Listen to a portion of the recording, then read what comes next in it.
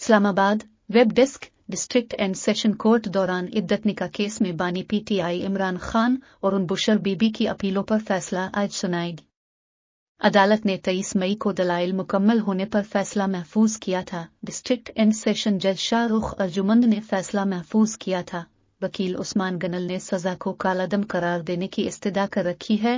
शिकायत कुनिंदा के वकील रिजवान अब्बासी के मुआविन ने समात मुलतवी करने की इस्तदा कर रखी है। वाज़ेह रहे कि 30 फरवरी को बानी पीटीआई और बुशरा बीबी ने सजा के खिलाफ अपीलें दायर की। 11 मार्च को सेशन कोर्ट ने आइंदा समात में फरीकैन से दलाइल तलब किए थे। आज न्यूज़ के मुताबिक इस्लामाबाद की डिस्ट्रिक्ट एंड सेशन कोर्ट ने पाकिस्तान तहरीक इंसाफ पीटीआई के बानी चेयरमैन इमरान खान और उनकी अहलिया बुशर बीबी की इद्दत निकाह केस में सजा के खिलाफ अपीलों पर फैसला 30 मई को महफूज किया था।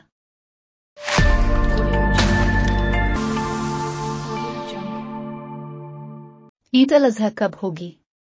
महकमा मौसमियात की पेशगोई सामने आ गई। इस्लामाबाद दिल्ली पाकिस्तान ऑनलाइन महकमा मौसमियात ने पेशगोई की है कि मुल्क में ईद अल अज़हा 17 जून बरोज़ पीर को होने का इम्कान है। क्लाइमेट डेटा प्रोसेसिंग सेंटर के मुताबिक चांद 7 जून बरोज़ जुमा को नजर आने का कवी इम्कान है और ईद अल अज़हा 17 जून बरोज़ पीर को होगी।